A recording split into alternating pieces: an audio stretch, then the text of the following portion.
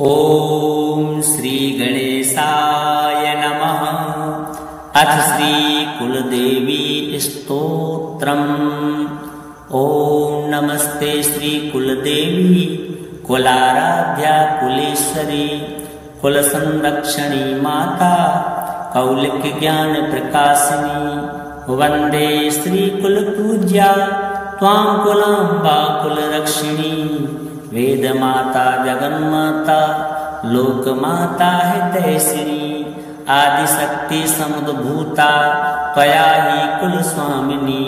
विश्ववन्द्यां महाघोरां त्राहि मां शरणागतः। त्रैलोक्यहृदयं शोभे देवी त्वं परमेश्वरी। भक्तानुग्रहकारिणी कुलदेवी नमोस्तुते। महादेव प्रियंकरी बालानां हितकारिणी। कुलवृद्धिकरी माता त्राहि मां शरणागतं। चिदग्निमण्डल सम्भूता राज्यवैभवकारिणी। प्रकटितां सुरेशानि वन्दे त्वां कुलगौरवां। त्वदीये कुले जातः त्वामेव शरणं गतः। त्वत्वत्सलोऽहम् आद्ये त्वं रक्ष रक्षाधुना। पुत्रं देहि धनं देहि साम्राज्यं प्रदेहि मे। सर्वदास्माकं कुले भूयात् मङ्गलानुशासनम्। कुलाष्टकमिदं पुण्यं नित्यं यः सुकृति पठेत् तस्य वृद्धि कुले जातः प्रसन्ना कुलेश्वरी। कुलदेवी स्तोत्रमिदं सुपुण्यं ललितं तथा। अर्पयामि भवद्भक्त्या त्राहि मां शिवगेहिनी। श्रीकुलदेव्यार्पणमस्तु। ॐ नमस्ते श्रीकुलदेवी कुलाराध्या कुलेश्वरी कुलसंरक्षणी माता कौलिक ज्ञान प्रकाशिनी। वंदे श्री कुलपूज्या त्वां कुलाम्बा कुलरक्षिणी। वेदमाता जगन्माता लोकमाता हितैषिणी। आदिशक्ति समुद्भूता त्वया हि कुलस्वामिनी। विश्ववन्द्यां महाघोरां त्राहि मां शरणागतः। त्रैलोक्यहृदयं शोभे देवी त्वं परमेश्वरी। भक्तानुग्रहकारिणी कुलदेवी नमोस्तुते। महादेव प्रियंकरी बालानां हितकारिणी। कुलवृद्धिकरी माता त्राहि मां शरणागतं। चिदग्निमण्डल सम्भूता राज्यवैभवकारिणी। प्रकटितां सुरेशानि वन्दे त्वां कुलगौरवां। त्वदीये कुले जातः त्वामेव शरणं गतः। त्वत्वत्सलोऽहम् आद्ये त्वं रक्ष रक्षाधुना। पुत्रं देहि धनं देहि साम्राज्यं प्रदेहि मे। सर्वदास्माकं कुले भूयात् मङ्गलानुशासनम्। कुलाष्टकमिदं पुण्यं नित्यं यः सुकृति पठेत् तस्य वृद्धि कुले जातः प्रसन्ना कुलेश्वरी। कुलदेवी स्तोत्रमिदं सुपुण्यं ललितं तथा। अर्पयामि भवद्भक्त्या त्राहि मां शिवगेहिनी। श्रीकुलदेव्यार्पणमस्तु। ॐ नमस्ते श्रीकुलदेवी कुलाराध्या कुलेश्वरी कुलसंरक्षणी माता कौलिक ज्ञान प्रकाशिनी। वंदे श्री कुलपूज्या त्वां कुलाम्बा कुलरक्षिणी। वेदमाता जगन्माता लोकमाता हितैषिणी। आदिशक्ति समुद्भूता त्वया हि कुलस्वामिनी। विश्ववन्द्यां महाघोरां त्राहि मां शरणागतः। त्रैलोक्यहृदयं शोभे देवी त्वं परमेश्वरी। भक्तानुग्रहकारिणी कुलदेवी नमोस्तुते। महादेव प्रियंकरी बालानां हितकारिणी। कुलवृद्धिकरी माता त्राहि मां शरणागतं। चिदग्निमण्डलसम्भूता राज्यवैभवकारिणी प्रकटितां सुरेशानि वन्दे त्वां कुलगौरवां त्वदीये कुले जातः त्वामेव शरणं गतः त्वत्वत्सलोऽहम् आद्ये त्वं रक्ष रक्षाधुना पुत्रं देहि धनं देहि साम्राज्यं प्रदेहि मे सर्वदास्माकं कुले भूयात् मङ्गलानुशासनं कुलाष्टकमिदं पुण्यं नित्यं यः सुकृती पठेत् तस्य वृद्धिः कुले जातः प्रसन्ना कुलेश्वरी कुलदेवी स्तोत्रमिदं सुपुण्यं ललितं तथा अर्पयामि भवद्भक्त्या त्राहि मां शिवगेहिनी श्रीकुलदेव्यार्पणमस्तु।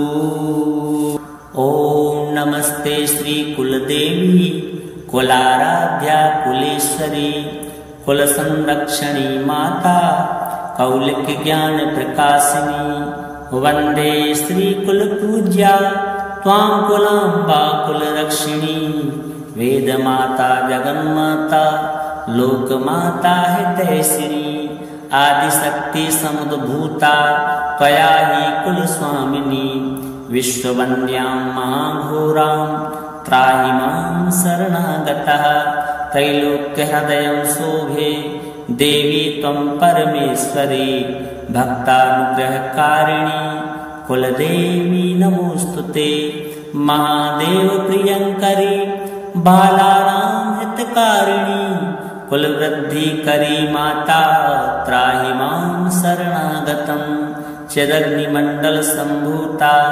राज्यवैभवकारिणी प्रकटितां सुरेशानि वन्दे त्वां कुलगौरवां त्वदीये कुले जातः त्वामेव शरणं गतः त्वत्वत्सलोऽहम् आद्ये त्वं रक्ष रक्षाधुना पुत्रं देहि धनं देहि साम्राज्यं प्रदेहि मे सर्वदास्माकं कुले भूयात् मङ्गलानुशासनं कुलाष्टकमिदं पुण्यं नित्यं यः सुकृती पठेत् तस्य वृद्धिः कुले जातः प्रसन्ना कुलेश्वरी कुलदेवी स्तोत्रमिदं सुपुण्यं ललितं तथा अर्पयामि भवद्भक्त्या त्राहि मां शिवगेहिनी श्रीकुलदेव्यार्पणमस्तु।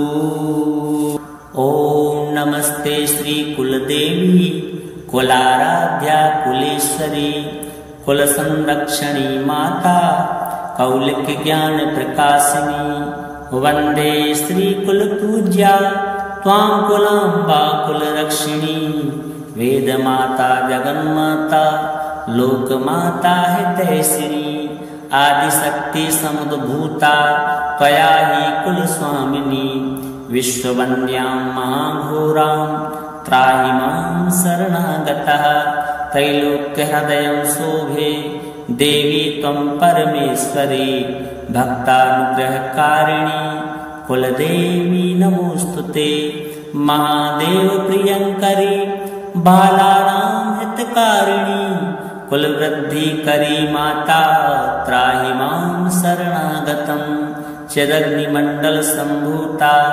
राज्यवैभवकारिणी प्रकटितां सुरेशानि वन्दे त्वां कुलगौरवां त्वदीये कुले जातः त्वामेव शरणं गतः त्वत्वत्सलोऽहम् आद्ये त्वं रक्ष रक्षाधुना पुत्रं देहि धनं देहि साम्राज्यं प्रदेहि मे सर्वदास्माकं कुले भूयात् मङ्गलानुशासनं कुलाष्टकमिदं पुण्यं नित्यं यः सुकृती पठेत् तस्य वृद्धिः कुले जातः प्रसन्ना कुलेश्वरी कुलदेवी स्तोत्रमिदं सुपुण्यं ललितं तथा अर्पयामि भवद्भक्त्या त्राहि मां शिवगेहिनी श्रीकुलदेव्यार्पणमस्तु।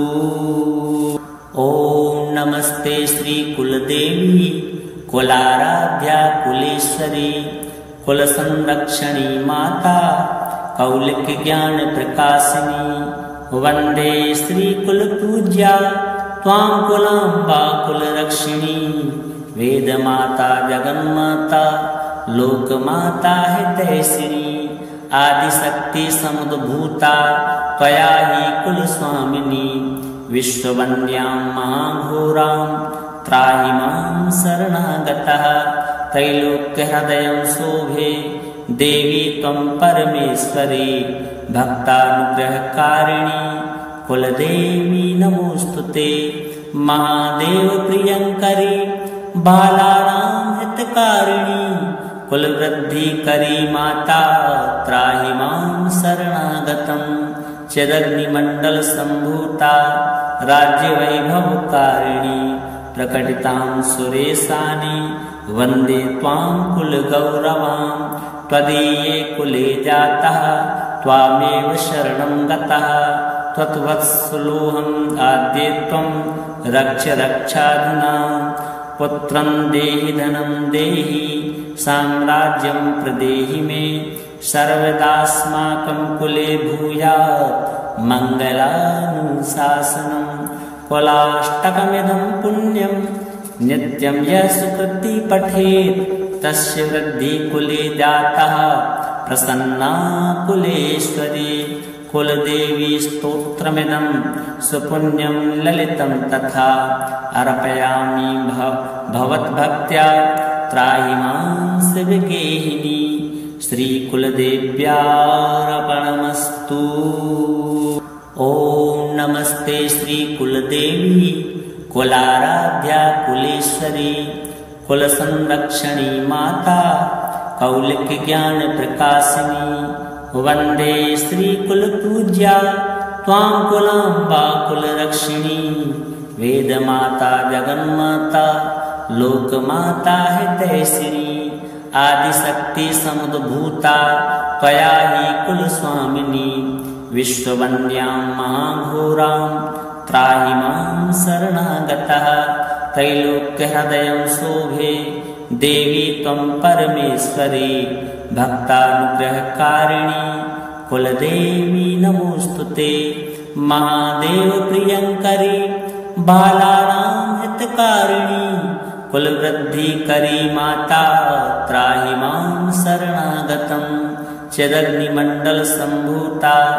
राज्यवैभवकारिणी प्रकटितां सुरेशानि वन्दे त्वां कुलगौरवां त्वदीये कुले जातः त्वामेव शरणं गतः त्वत्वत्सलोऽहम् आद्ये त्वं रक्ष रक्षाधुना पुत्रं देहि धनं देहि साम्राज्यं प्रदेहि मे सर्वदास्माकं कुले भूयात् मङ्गलानुशासनं कुलाष्टकमिदं पुण्यं नित्यं यः सुकृती पठेत् तस्य वृद्धि कुले जातः प्रसन्ना कुलेश्वरी कुलदेवी स्तोत्रमिदं सुपुण्यं ललितं तथा अर्पयामि भवद्भक्त्या त्राहि मां शिवगेहिनी श्रीकुलदेव्यार्पणमस्तु।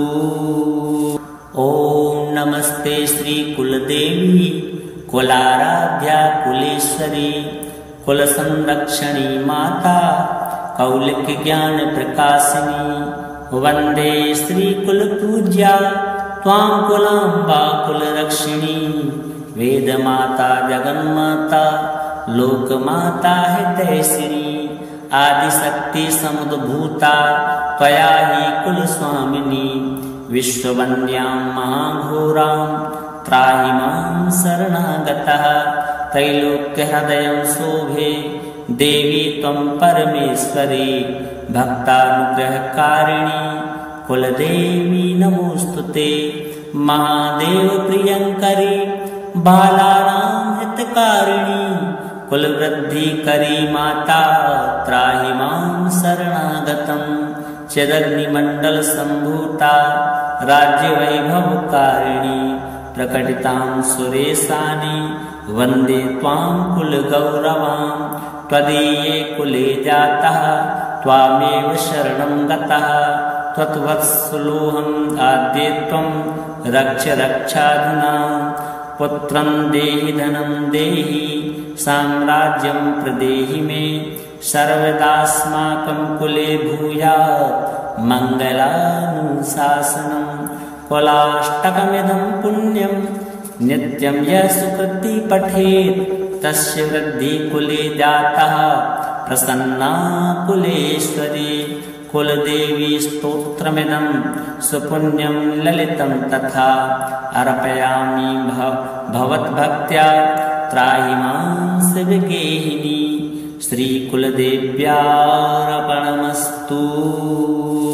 ॐ नमस्ते श्रीकुलदेवी कुलाराध्या कुलेश्वरी कुलसंरक्षणी माता कौलिकज्ञानप्रकाशिनी वन्दे श्रीकुलपूज्या त्वां कुलाम्बा कुलरक्षिणी वेदमाता जगन्माता लोकमाता हितैषिणी आदिशक्ति समुद्भूता त्वया हि कुलस्वामिनी विश्ववन्द्यां महाघोरां त्राहि मां शरणागतः त्रैलोक्यहृदयं शोभे देवी त्वं परमेश्वरी भक्तानुग्रहकारिणी कुलदेवी नमोस्तुते महादेव प्रियंकरी बालानां हितकारिणी कुलवृद्धिकरी माता त्राहि मां शरणागतं चिदग्निमण्डलसम्भूता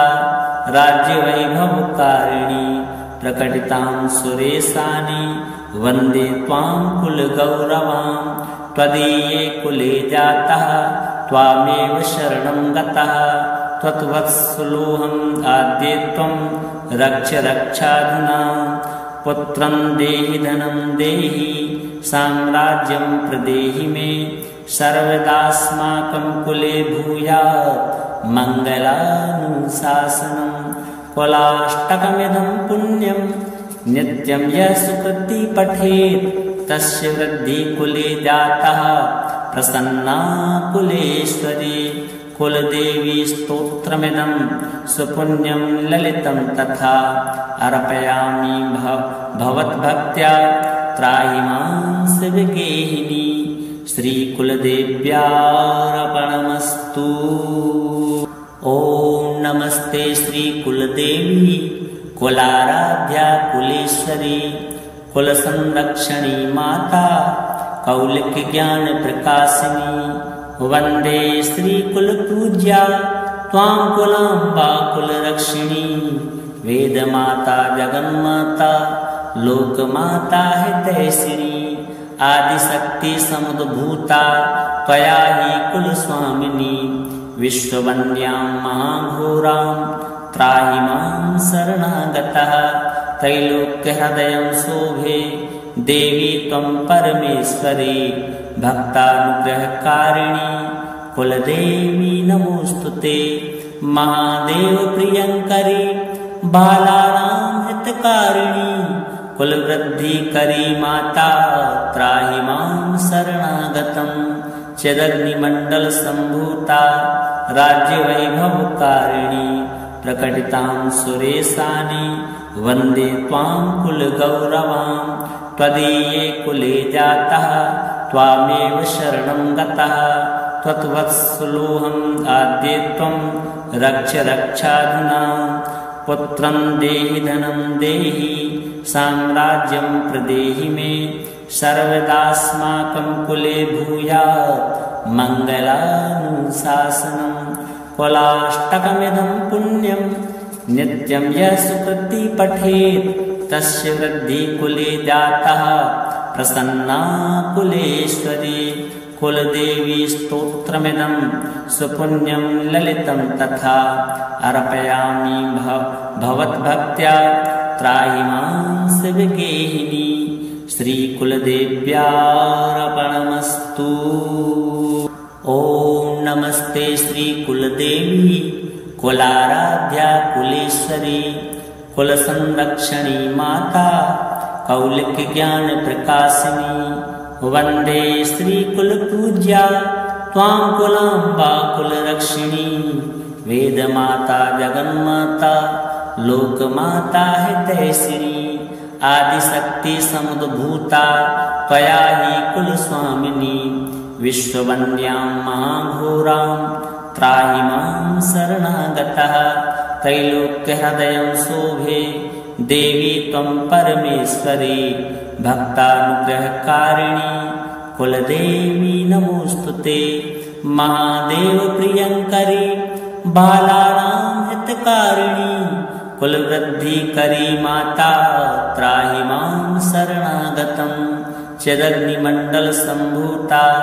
राज्यवैभवकारिणी प्रकटितां सुरेशानि वन्दे त्वां कुलगौरवां त्वदीये कुले जातः त्वामेव शरणं गतः त्वत्वत्सलोऽहम् आद्ये त्वं रक्ष रक्षाधुना पुत्रं देहि धनं देहि साम्राज्यं प्रदेहि मे सर्वदास्माकं कुले भूयात् मङ्गलानुशासनं कुलाष्टकमिदं पुण्यं नित्यं यः सुकृति पठेत् तस्य वृद्धि कुले जातः प्रसन्ना कुलेश्वरी कुलदेवी स्तोत्रमिदं सुपुण्यं ललितं तथा अर्पयामि भवद्भक्त्या त्राहि मां शिवगेहिनी श्रीकुलदेव्यार्पणमस्तु।